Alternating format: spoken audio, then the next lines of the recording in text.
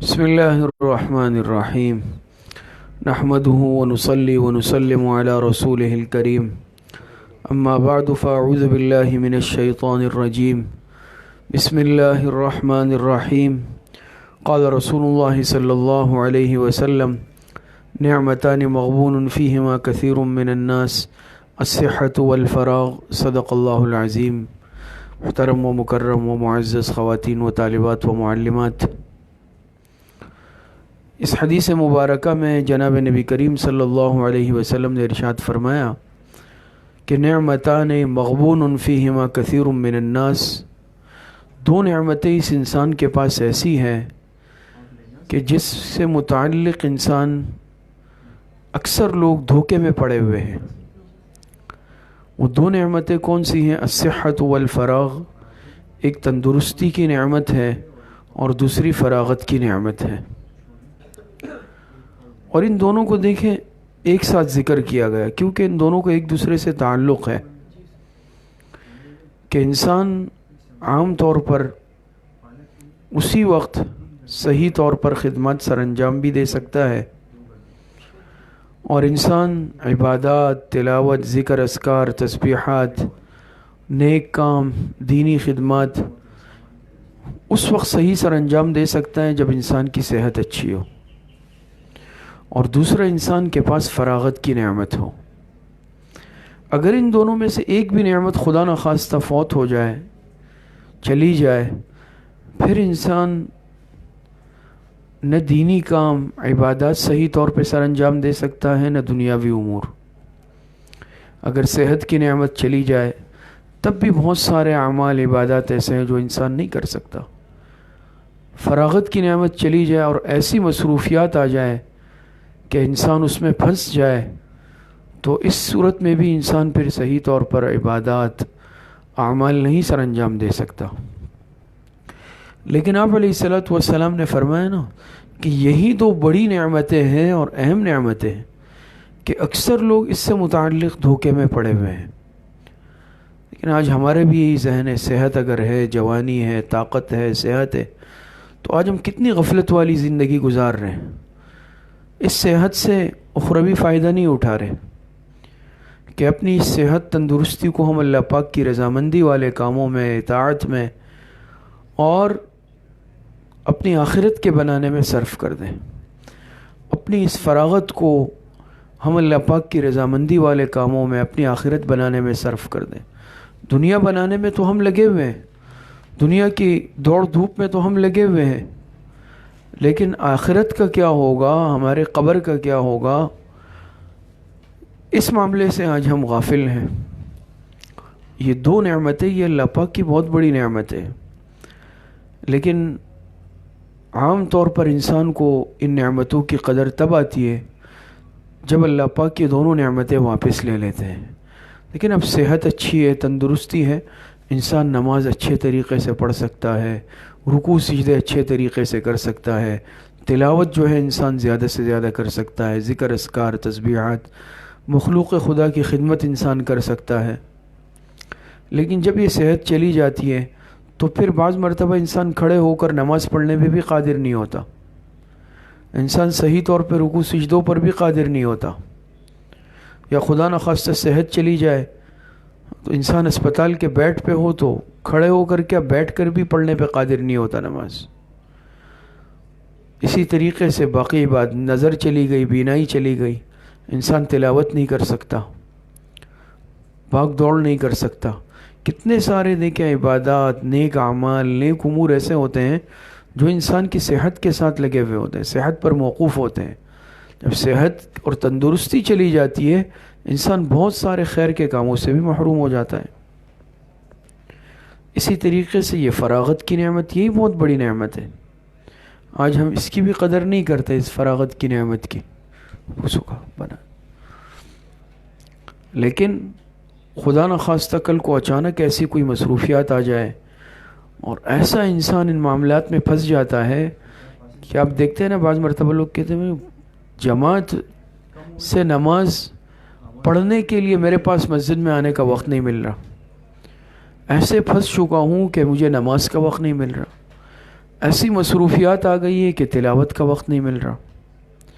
ہمارے پاس کتنا وقت ہے؟ اللہ پاک نے وقت دیا. جو طلبہ ہیں، طالبات ہیں خاص طور پر، تو ہمارے پاس تو بہت وقت ہے. ہم صبح کے وقت اپنی تعلیم حاصل کریں، قرآن پڑھیں، علم حاصل کریں. ہمارے پاس بہت سارا وقت ہے جس میں ہم اپنی ایک ترتیب اور منظم زندگی بنائیں. تو یہ دو بڑی نعمت ہے. اوقات زندگی کی قدر کر لیں انسان. علماء نے زندگی کی مثال برف کی مانند لکھی ہے. جیسے برف ہوتی ہے نا، ایک برف، یہ برف کی سل ہوتی ہے، تھوڑی تھوڑی تھوڑی تھوڑی پگھلتی رہتی ہے. لیکن اگر آپ غور سے دیکھیں گے آپ کو محسوس نہیں ہوگا کہ یہ پگھل رہی ہے، اب اتنی چھوٹی ہو گئی، اب اتنی. دیکھنے میں انسان صحیح اندازہ نہیں لگا سکتا، لیکن آپ کافی دیر بعد دیکھیں گے تو اس کے حجم میں، سائز میں کافی فرق آ چکا ہوتا ہے. یہی مثال انسان کی زندگی کی ہے. انسان کی عمر کم ہوتی جا رہی ہے، کم ہوتی جا رہی ہے، کم ہوتی جا رہی ہے. اور حقیقت بھی ہے کہ انسانی زندگی کی مثال یہ برف کی مانند ہے. کہتے ہیں نا کیا، ہو رہی ہے عمر مثل برف کم. غالباً حضرت خواجہ عزیز الحسن مجذوب رحمۃ اللہ علیہ فرماتے ہیں، ہو رہی ہے عمر مثل برف کم، چپ کے رفتہ رفتہ دم بدم. انسان کی عمر کم ہوتی جا رہی ہے اور انسان اپنی آخری منزل قبر کی جانب قریب ہوتا جا رہا ہے. ہر آنے والے دن میں ہماری زندگی کا ایک دن کم ہو رہا ہے. لیکن میں یہ دیکھ لوں کہ میں نے اپنی زندگی کن کاموں میں گزار دی، اس وقت کن کاموں میں گزر رہی ہے. اگر تو میری زندگی درست سمت میں چل رہی ہے، اعمال والی زندگی ہے، نظم اور ترتیب والی زندگی ہے، تو اس پر شکر ادا کروں اور آئندہ بھی اسی ترتیب پر چلوں. لیکن خدا نخواستہ اگر ماضی میں نے اپنا وقت ضائع کیا، اعمال عبادات نہیں ہوئے، گناہوں والی زندگی گزاری ہے یا ابھی گزار رہا ہوں، فوراً توبہ استغفار کروں. جتنے گناہ کیے ہیں یا جس میں مبتلا ہوں، فوراً اس سے سچے دل سے توبہ استغفار کروں. اور جو زندگی اللہ پاک نے باقی رکھی ہے، مقرر ہے، اس میں صاف ستھری پاک زندگی، اعمال والی زندگی گزارنے کا اللہ پاک سے عہد کر لوں. تو اپنے اوقات زندگی کی قدر کر لیں، اپنی زندگی کو قیمتی بنائیں. اور دوسری اہم چیز، نظم اور ترتیب والی زندگی گزاریں.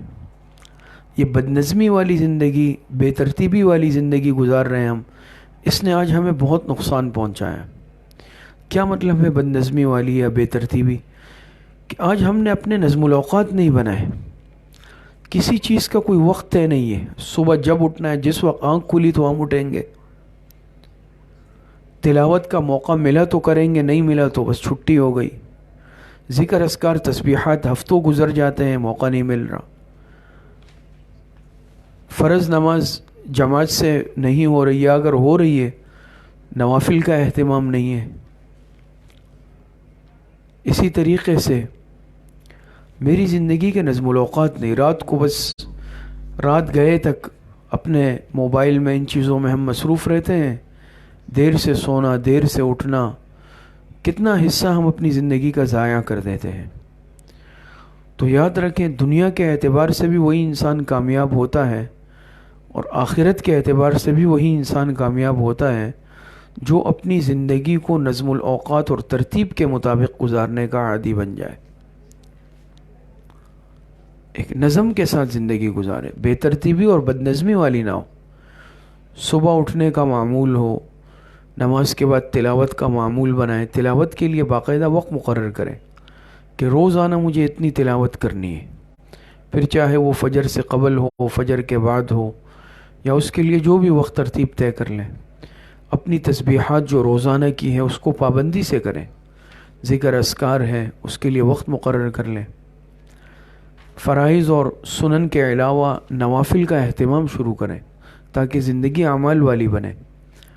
اور نوافل کے علاوہ باقی جیسے اشراق، چاشت، اوابین، تہجد، اس کا بھی معمول بنا لیں، اس کو بھی اپنی زندگی کا حصہ بنائیں. اسی طریقے سے اپنے سونے جاگنے کے اوقات اور ترتیب مقرر کر لیں، مطالعے کا وقت مقرر ہو، اس میں مجھے مطالعہ کرنا ہے۔ آج ہم کتنا بڑا حصہ اپنی زندگی کا ادھر ادھر گھومنے میں، دعوتوں میں، پروگراموں میں اس کی نظر کر دیتے ہیں۔ رات کو بھئی چلے آج فلاں جگہ پروگرام ہے، آج فلاں جگہ دعوت ہے، پھر اس کے لیے کوئی وقت نہیں ہے۔ ہمارے ہاں تو سب سے جو بے وقعت چیز ہے وہ وقت ہے۔ سب سے زیادہ ناقدری آج ہم جس چیز کی کرتے ہیں وہ اوقات زندگی ہے۔ آپ بیرون ممالک کا ماحول دیکھ لیں یا معلوم کر لیں، ہم نے بھی جیسے سنا ہے کہ ان مغربی ممالک میں اوقات کی بڑی وقعت اور قدر کی جاتی ہے۔ لیکن دنیاوی اعتبار سے وہ ممالک آج بہت آگے نکل گئے نا، دنیاوی میدان میں آگے نکل گئے، سائنس ہے، ٹیکنالوجی ہے، جو بھی میدان ہے دنیاوی اعتبار سے بہرحال، لیکن وہ بہت آگے جا چکے ہیں، ترقی یافتہ ہے۔ تو اس کا جو بنیادی سبب اور بنیادی وجہ ہے وہ ہے وقت کو قیمتی بنانا۔ دیکھیں نا، یہ تعلیمات آپ علیہ الصلاۃ والسلام نے ہمیں بتائی، یہ مسلمانوں کے لیے جو تعلیمات نبوی ہے، آج مسلمان نے اس تعلیمات کو نظر انداز کر دیا، چھوڑ دیا، تو دنیاوی اعتبار سے بھی آج مسلمان ذلیل اور خوار ہو رہا ہے۔ آج کسی میدان میں ہم ترقی نہیں کر رہے، کہتے ہیں نا آج ہم بہت پیچھے ہیں دنیا سے، اور کئی 100 سال ہم پیچھے چل رہے ہیں۔ تو پیچھے اس لیے چل رہے ہیں کہ ہم نے قرآن و حدیث کو، اللہ اور اس کے رسول کے احکامات کو پس پش ڈال دیا۔ آپ یقین جانیں، اگر ہم قرآن کریم اور احادیث مبارکہ کی تعلیمات کو، اللہ اور اس کے رسول کے احکامات پر عمل کرنے والے ہو جائے تو ہم آخرت کے ساتھ ساتھ دنیاوی اعتبار سے بھی بہت آگے چلے جائیں گے۔ وہ وقت کی قدر کرتے ہیں کیونکہ انہیں وقت کی قدر و قیمت معلوم ہے۔ آپ علیہ السلام نے فرمایا نعمتان مغبون فیہما کثیر من الناس، آج سے 1450-1500 سال پہلے آپ علیہ السلام نے فرمایا نعمتان مغبون فیہما کثیر من الناس، دو نعمتیں ایسی ہیں کہ جس کے متعلق آج یہ انسان دھوکے میں پڑا ہوا ہے، وہ ہے صحت کی نعمت اور فراغت کی نعمت۔ اگر ہم اس حدیث مبارکہ پر بھی عمل کر لیں کہ ہم اپنے اوقات زندگی کو قیمتی بنائیں، اپنی صحت، جوانی، تندرستی والی زندگی کو قیمتی بنا لیں، اعمال کے اعتبار سے بھی، آخرت کی تیاری کے اعتبار سے بھی، اور دنیاوی امور میں بھی محنت کے اعتبار سے، تو ہم دنیاوی اعتبار سے بھی کامیاب ہو جائیں گے، آخرت کے اعتبار سے بھی کامیاب ہو جائیں گے۔ لیکن آج مسئلہ یہ ہے کہ ہم نے دین اور شریعت کے احکامات کو بھی پس پش ڈال دیا، اور آج دنیاوی اعتبار سے بھی ہم تساہل اور غفلت کا شکار ہیں۔ تو دونوں میدانوں میں آج ہمیں ناکامی کا منہ دیکھنا پڑ رہا ہے، دونوں میدانوں میں آج ہمیں ناکامی کا منہ دیکھنا پڑ رہا ہے، کیونکہ آج ہم نے اپنے اوقات زندگی کو ضائع کرنا شروع کر دیا۔ اور کس قدر ہم آج ان اوقات کو ضائع کرتے ہیں، بیٹھیں گے، دوستوں کی مجلس ہوگی، اس میں بھی کوئی علمی گفتگو نہیں ہوتی، کوئی دین کی بات نہیں ہوتی، بے مقصد باتیں، بے مقصد بحث و مباحثہ، بے مقصد سوالات۔ ہمارے علماء نے ایک واقعہ لکھا کہ افغانستان کا ایک علاقہ ہے بلخ، وہاں سے 2 طلباء ہندوستان آئے، دہلی۔ اس وقت حضرت نقشبندی سلسلے کے بہت بڑے شیخ، بزرگ، اللہ والے، حضرت مرزا مظہر جان جانان رحمۃ اللہ علیہ حیات تھے، اور یہ دونوں طلباء اس نیت سے آئے کہ حضرت سے بیعت کرنی ہے۔ تو یہ افغانستان سے، بلخ سے ہندوستان دہلی آئے، اور جس وقت یہ پہنچے دہلی کی جامع مسجد جو ہے، اس میں ایک بڑا حوض ہے صحن میں، اب بھی ہے، ہم نے وہ حوض دیکھا ہے، صحن دیکھا ہے، اب بھی وہ حوض ہے۔ اس میں بیٹھ کے نماز کا وقت تھا، تو یہ دونوں طلباء وضو کے لیے بیٹھ گئے، وضو کر رہے تھے۔ دوران وضو آپس میں انہوں نے بات چیت شروع کی۔ ان میں سے ایک نے کہا کہ بھئی یہ جو حوض ہے دہلی کی جامع مسجد کا، یہ بڑا ہوگا یا ہماری بلخ کی جامع مسجد کا جو حوض ہے وہ بڑا ہے؟ تو ایک نے کہا کہ یہ جو دہلی کی جامع مسجد کا حوض ہے مجھے یہ بڑا لگ رہا ہے۔ دوسرے نے کہا نہیں، ہماری بلخ کی جامع مسجد کا حوض جو ہے وہ بڑا ہے۔ ایک نے کہا یہ بڑا، دوسرے نے کہا وہ بڑا، اور دلائل شروع کر دیے، وضو بھی چل رہا ہے، دونوں اس پر بحث کر رہے ہیں، اپنے اپنے دلائل دے رہے ہیں۔ وضو ختم ہوا، کوئی فیصلہ نہیں ہوا۔ قریب میں حضرت مرزا مظہر جان جانان رحمۃ اللہ علیہ بھی بیٹھ کر وضو فرما رہے تھے اور ان کو گفتگو سن رہے تھے، لیکن یہ حضرت کو پہچانتے نہیں تھے چہرے سے۔ نماز ہوئی، نماز کے بعد یہ دونوں حضرت کی خدمت میں حاضر ہوئے۔ حضرت نے فرمایا کیسے آنا ہوا؟ حضرت مرزا مظہر جان جانان رحمۃ اللہ علیہ نے تو انہوں نے عرض کیا ان طلباء نے کہ حضرت آپ سے بیعت ہونا ہے، بیعت ہونے کے لیے آئے۔ حضرت نے فرمایا اچھا بھئی، پہلے تو آپس میں یہ فیصلہ کر لو دونوں کہ دہلی کی جامع مسجد کا حوض بڑا ہے یا بلخ کی جامع مسجد کا حوض بڑا ہے، آپس میں پہلے یہ طے کر لو۔ یہ فیصلہ ہوا؟ انہوں نے کہا حضرت فیصلہ نہیں ہوا۔ حضرت نے فرمایا پہلے جاؤ یہ فیصلہ کر کے آؤ، جاؤ اس حوض کو ناپو اور پھر اپنے علاقے جاؤ بلخ، وہاں کے حوض کو ناپ لو اور پھر فیصلہ کر لو کہ کون سا حوض بڑا ہے، پھر اس کے بعد بیعت کی بات ہوگی۔ بڑے شرمندہ ہوئے۔ حضرت نے فرمایا معلوم ہوتا ہے کہ تم دونوں میں دو مرض ہے، ایک مرض ہے فضول باتوں کا، فضول کاموں کا، تم لوگ فضول کاموں میں اپنا وقت ضائع کرتے ہو۔ اب بلخ کا حوض بڑا ہے یا دہلی کی جامع مسجد کا حوض بڑا ہے، اس سے تمہیں کیا فائدہ ہے؟ یہ کون سی اہم بحث ہے کہ اگر یہ مسئلہ حل بھی ہو جائے کہ بلخ کی جامع مسجد کا حوض زیادہ بڑا ہے یا دہلی کی جامع مسجد کا حوض بڑا ہے، تو اس سے تمہیں کون سا فائدہ ہوگا؟ تو ایک بات تو یہ معلوم ہوئی تمہاری گفتگو سے کہ تم دونوں کو فضول بحث و مباحثے کی عادت ہے، اور یہ چیز درست نہیں ہے، تم اس میں اپنا وقت ضائع کرنے والے ہو۔ اور دوسرا تم میں مرض یہ ہے کہ بغیر تحقیق کے بات کرتے ہو۔ اب ایک نے کہا کہ دہلی کی جامع مسجد کا حوض بڑا، اس کے پاس کوئی تحقیق نہیں تھی، اس نے ناپا تو نہیں ہے کہ ناپا ہے۔ دوسرے نے کہا بلخ کی جامع مسجد کا حوض بڑا ہے، اس نے بھی اپنے حوض کو ناپا تو نہیں ہے علاقے کے۔ بغیر تحقیق کے اس طرح کی بات کرنا معلوم ہوا کہ تم دونوں میں تحقیق کا مزاج نہیں ہے، بلکہ بغیر تحقیق کے بات کرتے ہو، اور یہ بھی ایک درست بات نہیں۔ تو حقیقت یہ ہے آج کتنی اس طرح کی باتوں میں ہم اپنا وقت ضائع کر دیتے ہیں۔ بعض ساتھی آتے ہیں، مسائل پوچھتے ہیں، سوالات، تو بعض سوالات ایسے ہوتے ہیں کہ جو بالکل بے مقصد ہوتے ہیں۔ بھئی یہ بات آپ کے ذہن میں کیسے ہے؟ وہ کہتے ہیں وہ مارکیٹ میں جو ہے آج کل یہ سوال چل رہا ہے، مارکیٹ میں فارغ بیٹھے ہوتے ہیں نا دکاندار، مارکیٹ میں ہم بیٹھے ہوئے تھے تو آپس میں بات چیت چلی تو جو ہے یہ سوال پوچھا گیا، اور وہ سوالات بھی کیا ہوتے ہیں؟ بے مقصد قسم کے سوالات ہوتے ہیں۔ حضرت شیخ الاسلام حضرت مفتی محمد تقی عثمانی صاحب دامت برکاتہم نے لکھا، مواعظ میں فرماتے ہیں کہ ایک مرتبہ مجھے رات کے وقت فون آیا، جو آرام کا وقت ہوتا ہے، سونے کا۔ میں نے کہا بھئی کوئی ضروری فون ہوگا۔ ایک صاحب تھے، حضرت آپ سے مسئلہ پوچھنا ہے۔ میں نے کہا پوچھیں۔ تو کہا آپ یہ بتائیں کہ جو بنی اسرائیل نے وہ گائے ذبح کی تھی، وہ جو واقعہ آتا ہے، اس گائے کا رنگ کیا تھا؟ تو میں نے ان سے پوچھا کہ بھئی تم یہ بتاؤ کہ اگر اس گائے کا رنگ معلوم بھی ہو جائے تو تمہیں اس سے کیا فائدہ ہوگا؟ اب یہ کوئی سوال بھی نہیں ہے کہ اس وقت آرام کے وقت میں اس طرح کے سوالات پوچھے جائیں۔ تو عرض کرنے کا مقصد یہ ہے کہ آج ہم بے مقصد قسم کے بحث و مباحثے میں، بے مقصد قسم کے سوالات و جوابات میں اپنا وقت ضائع کرتے ہیں۔ یہ حقیقت ہے۔ اس طرح کے سوالات آتے ہیں سامنے۔ بعض مرتبہ ساتھی سوال کرتے ہیں کہ بھئی جو دمبا حضرت اسماعیل علیہ السلام کی جو قربانی کی گئی نا، دمبا آیا، مینڈا آیا جنت سے، اس مینڈے کا رنگ کیا تھا؟ اس مینڈے کا رنگ کیا تھا؟ آپ یہ بتائیں کہ اس مینڈے کے رنگ کے معلوم ہونے سے ہمیں کیا فائدہ ہے؟ بعض پوچھتے ہیں کہ حضرت موسیٰ علیہ السلام کی والدہ کا نام کیا تھا؟ اس طرح کے بے مقصد سوالات میں آج امت مسلمہ وقت ضائع کر رہی۔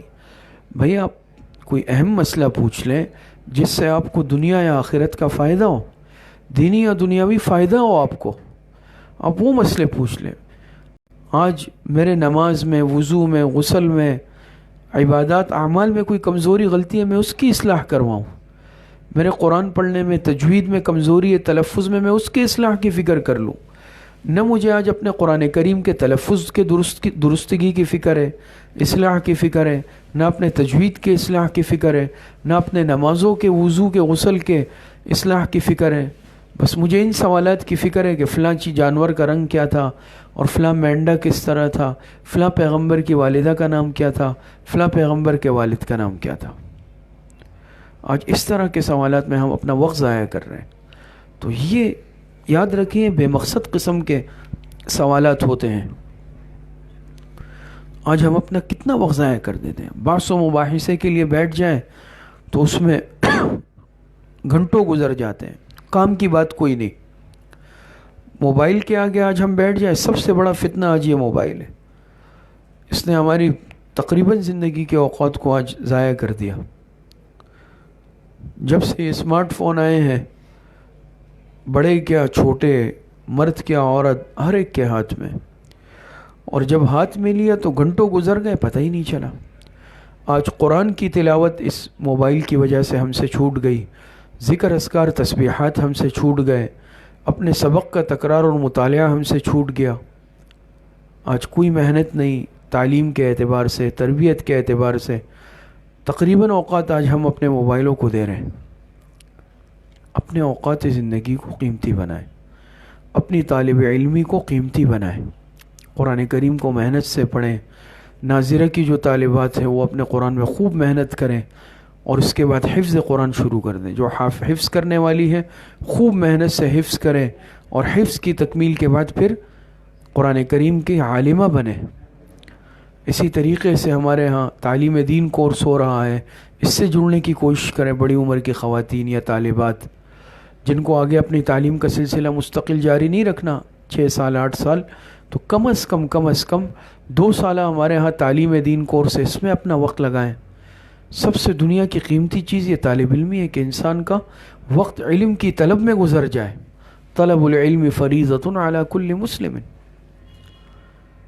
تو دین کی طلب میں لگیں، دین کی طلب اپنے اندر پیدا کریں، حصول علم کی طلب پیدا کریں۔ چھٹیوں میں ہمارے ہاں کورسز ہوتے ہیں، اس میں خواتین کے لیے دورہ تفسیر خواتین کے لیے بھی ہوتا ہے۔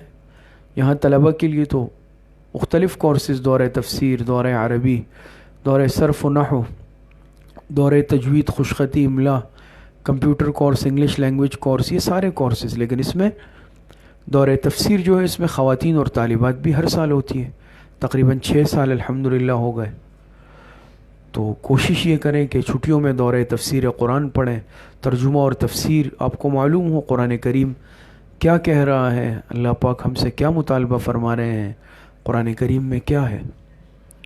اپنے اوقات کو قیمتی بنائیں مثبت کاموں میں۔ یہ ہمارے بیانات کا سلسلہ ہوتا ہے، دیکھیں ہفتہ وار بیان ہے، اس میں بھرپور جڑنے کی کوشش کریں۔ اتوار کے دن پروجیکٹر پر ہمارے سلسلے چلتے ہیں، 3 سلسلے الحمدللہ اللہ پاک کے فضل و کرم سے، آپ کی دعاؤں سے مکمل ہوئے۔ سیرت طیبہ کا مکمل سلسلہ الحمدللہ ہمارے ہاں مکمل ہوا 58 کلاسوں میں 1 سال میں۔ اسوہ حسنہ کا سلسلہ الحمدللہ 48 کلاسوں میں مکمل ہوا 1 سال میں۔ پھر ابھی ہی بالکل ماضی قریب میں تاریخ اسلام کا سلسلہ الحمدللہ آپ حضرات کے سامنے یہ تقریباً مکمل ہوا ہے، تقریباً لگ بھگ غالباً 57 کلاسوں میں۔ تو یہ 3 سلسلے اب انشاءاللہ 4تھے سلسلے کی طرف ہم جا رہے ہیں، اور جس پر مشاورت اور ترتیب چل رہی ہے وہ بھی انشاءاللہ شروع ہوگا۔ تو ان سلسلوں کے ساتھ جڑیں، دین کی معلومات حاصل کریں۔ آج مسلمان کی یہ حالت ہے، میں بلا مبالغہ کہتا ہوں کہ آج ہمیں اپنے دین کی بنیادی معلومات بھی نہیں ہے، دین کی بنیادی معلومات بھی نہیں ہے۔ حقیقت یہ بعض مرتبہ دیکھیں نا، یہ سروے ہوتے ہیں، یہ انٹرویوز ہوتے ہیں، یا اس طرح یہ اینکر وغیرہ معلومات لیتے ہیں نا، سروے عوام میں جا کے، بھئی آپ یہ بتائیں کہ نماز کے فرائض کتنے ہیں، وضو کے فرض کتنے ہیں، پہلا کلمہ سنا لیں، دوسرا کلمہ سنا لیں، دعائے قنوت سنا لیں۔ آپ یقین جانیں بلا مبالغہ اچھے پڑھے لکھے سمجھدار افراد کو دعائے قنوت یاد نہیں، آیت الکرسی یاد نہیں، سورہ اخلاص یاد نہیں۔ تعلیم میں اتنی دنیاوی حاصل کر رہا ہوں کہ ڈگری ہے میرے پاس، لیکن مجھے فرض نماز کی ادائیگی کے بقدر تلاوت پہ میں قادر نہیں ہوں، تو یہ کتنے خسارے والی بات ہوگی۔ ضرور حاصل کریں، عصری اور دنیاوی تعلیم میں بھی خوب مہارت پیدا کریں، لیکن اپنے دینی تعلیم سے، بنیادی اسلامی تعلیم سے کم از کم انسان اتنا تو واقف ہو کہ فرائض اور واجبات کا علم ہو۔ اگر مجھے غسل کے فرائض نہیں آتے، ایسے بھی نوجوان ہیں بلا مبالغہ کہ جن کو غسل کی فرضیت کا معلوم نہیں، اور پھر بعد میں جب دین سے جڑے، تبلیغ سے جڑے یا عالم سے جڑ گئے، مدرسے سے جڑے، اب جا کے معلوم ہوا، کہتے ہیں ہمیں کہ بھئی جو ہے بعض چیزوں سے غسل فرض ہو جاتا ہے، ہمیں تو پتہ نہیں تھا، ہم نے تو اتنے سال تک بالغ ہونے کے بعد سے غسل ہی نہیں کیا۔ اب جب غسل نہیں کیا تو آپ مجھے بتائیں طہارت نہیں ہوئی، نماز کہاں سے ادا ہوئی؟ یہ بالکل حقائق ہے۔ تو کتنے آج ہم دین سے غافل زندگی گزار رہے ہیں۔ سورہ فاتحہ مجھے پڑھنے کو کہا جائے، میں سورہ فاتحہ پہ قادر نہیں ہوں، دعائے قنوت میں نہیں سنا سکتا، آپ یقین جانیں۔ ایسے ایسے سوالات بعض مرتبہ ہم دیکھتے ہیں نا، کہ ایک پوچھا گیا ایک طالبہ سے کہ آپ یہ بتائیں کہ ہمارے پیغمبر حضور علیہ السلام کے والد کا کیا نام تھا؟ اس نے کہا مجھے معلوم نہیں ہے۔ کہا والدہ کا کیا نام تھا؟ پوچھنے والے نے کہا معلوم نہیں ہے۔ اچھا پھر کہا انگریزی میں آپ اپنا تعارف کرائیں، فر تعارف کرایا، ایسے انگریزی فر بالکل۔ لیکن حضور علیہ السلام کے آج ہمیں اپنے پیغمبر کے والدین کا نام معلوم نہیں، یہ حقیقت ہے۔ 4 آسمانی کتابیں کون سی ہیں، ہمیں اس کا نام معلوم نہیں۔ 4 بڑے فرشتے کون سے ہیں مشہور، ہمیں اس کا نام معلوم نہیں۔ خلفائے راشدین 4 کون سے ہیں، ہمیں وہ معلوم نہیں۔ آج ہمیں دین کی کوئی معلومات نہیں ہے۔ نماز جنازہ کا طریقہ کیا ہے، مجھے آج وہ نہیں آتا، اور ایسے حقیقی واقعات ہیں۔ خود ہمارے شیخ حضرت مولانا پیر ذوالفقار احمد نقشبندی صاحب دامت برکاتہم نے لکھا کہ ایک جنازے میں گیا، وہ نوجوان جو تھا جس کے والد یا والدہ کا انتقال ہوا، وہ بہت زیادہ رو رہا تھا، تسلی دی، دلاسا دیا۔ اس نے کہا اصل وجہ یہ ہے کہ غم تو اپنی جگہ ہے، لیکن مجھے والد نے بڑی تعلیم دی، بیرون ملک بھیجا، میں نے وہاں سے ڈگریاں حاصل کی، لیکن دینی تعلیم اتنی بھی نہیں دلوائی کہ مجھے نماز جنازہ یاد ہوتا، لہٰذا ابھی میں اپنے والد کی نماز جنازہ پڑھنے پہ قادر نہیں ہوں۔ اولاد کو اتنی تعلیم تو دلوائیں کہ کل آنکھیں بند ہونے کے بعد وہ ایصال ثواب کرے، وہ صدقہ جاریہ بن سکے۔ آج ہم اپنے اولاد پہ فخر اس طور پہ کرتے ہیں کہ یہ دیکھیں فر انگریزی بول رہا ہے، اس نے ایک کیریئر بنا لیا، اس نے یہ ڈگریاں لے لی، بہت اچھی بات ہے، لیکن یہ بتائیں کہ اولاد نے قرآن کریم کتنا پڑھ لیا، یہ بتائیں کہ ان کے فرض نمازوں کے پڑھنے کی کیفیت کیا ہے۔ آئے میری دنیا سے جانے کے بعد وہ میرے لیے کچھ ایصال ثواب کریں گے یا مجھے بھول جائیں گے؟ اگر وہ میرے لیے صدقہ جاریہ نہیں بن رہے تو پھر میں اپنے اولاد کی تربیت میں ناکام ہوں۔ تو آج ہم نے اپنے معیار بدل لیے، آج خود ہمیں اپنے اولاد کو دیندار بناتے ہوئے، حافظ عالم بناتے ہوئے شرم محسوس ہوتی ہے، لیکن اس کو اسکول کی تعلیم، کالج یونیورسٹی کی تعلیم حاصل کرانے میں ہم فخر محسوس کرتے ہیں، ہر ایک کے سامنے فخریہ بیان کرتے ہیں۔ دینی طبقہ، اہل علم طبقے کی بات کر رہا ہوں، عوام کی نہیں۔ آج یہ ہماری حالت ہے کہ ہم خود اپنے دین کو اور اس علم کو، ان مدارس کو حقارت کی نگاہ سے دیکھتے ہیں۔ تو بہرحال مقصد خلاصہ یہ ہے کہ اپنے اوقات زندگی کو قیمتی بنائیں، ایک ایک لمحے کی قدر کر لیں، اس کو ضائع نہ کریں۔ اور دوسری اہم بات میں نے عرض کی، 2 باتیں، کہ اپنی زندگی کو نظم اور ترتیب والا بنائیں، بے نظمی، بے ترتیبی والی زندگی نہیں، بلکہ انسان ہر اعتبار سے اس کی زندگی میں نظم ہو، ادب آداب پر عمل کرنے والا ہو۔ حکیم الامت، مجدد الملت حضرت مولانا اشرف علی تھانوی رحمۃ اللہ علیہ نے اسی لیے آداب المعاشرت لکھی مستقل، وہ کتاب لیں، اور آپ کے تعلیم دین کے تو نصاب میں شامل ہے، ہم نے اسی لیے نصاب میں شامل کیا کہ ایک انسان معاشرت میں بھی آداب والی زندگی گزارے، ترتیب والی زندگی گزارے۔ اسی لیے حضرت تھانوی رحمۃ اللہ علیہ کی آداب المعاشرت کو میں ہمیشہ عرض کرتا ہوں کہ ہر ایک اپنے مطالعے میں رکھے اور ہر ایک اس پر عمل پیرا ہو، تاکہ بے ترتیبی والی زندگی نہ ہو، بد نظمی والی نہ ہو۔ آج کل بڑی تکلیف ہوتی ہے اس کو دیکھ کر، اور یاد رکھیں جیسے انسان طالب علمی سے بچپن سے جس ترتیب کا عادی ہوگا نا، چاہے انسان کتنی ہی عمر کا ہو جائے، اس میں بے نظمی، بد نظمی، بے ترتیبی باقی رہے گی، یہ ختم نہیں ہوگی، بلکہ وہ پختہ ہوتی جائے گی وقت گزرنے کے ساتھ ساتھ۔ اس وقت آپ طالبہ ہیں، لیکن آپ نے اگر اپنے اندر نظم، ترتیب، اخلاق کی کمزوری چھوڑ دی، پابندی چھوڑ دی، تو آپ عالمہ بن جائیں، آپ معلمہ بن جائیں، اور اسی طریقے سے ایک انسان اہل و عیال والا بن جائے، صاحب اولاد ہو جائے، لیکن وہ کمزوری پھر انسان کے ساتھ چلتی ہے اور بعد میں اس کی اصلاح بہت مشکل ہو جاتی ہے۔ تو بس دو باتیں ہیں کہ انسان آج اپنے وقت کی قدر کر لیں، اوقات زندگی کو قیمتی بنا لیں، اور دوسرا اپنی زندگی کو نظم اور ترتیب کے ساتھ گزارنے والے بن جائے۔ اللہ پاک مجھے اور آپ سب کو صحیح عمل کی توفیق نصیب فرمائے۔ وآخر دعوانا ان الحمدللہ رب العالمین۔ دعا فرما لیں۔ الحمدللہ رب العالمین والعاقبۃ للمتقین والصلاة والسلام علی خیر خلقہ محمد وآلہ واصحابہ اجمعین۔ ربنا ظلمنا انفسنا وان لم تغفر لنا وترحمنا لنکونن من الخاسرین۔ ربنا آتنا فی الدنیا حسنۃ وفی الآخرۃ حسنۃ وقنا عذاب النار۔ وصلی اللہ وسلم علی نبینا محمد وآلہ واصحابہ اجمعین برحمتک یا ارحم الراحمین۔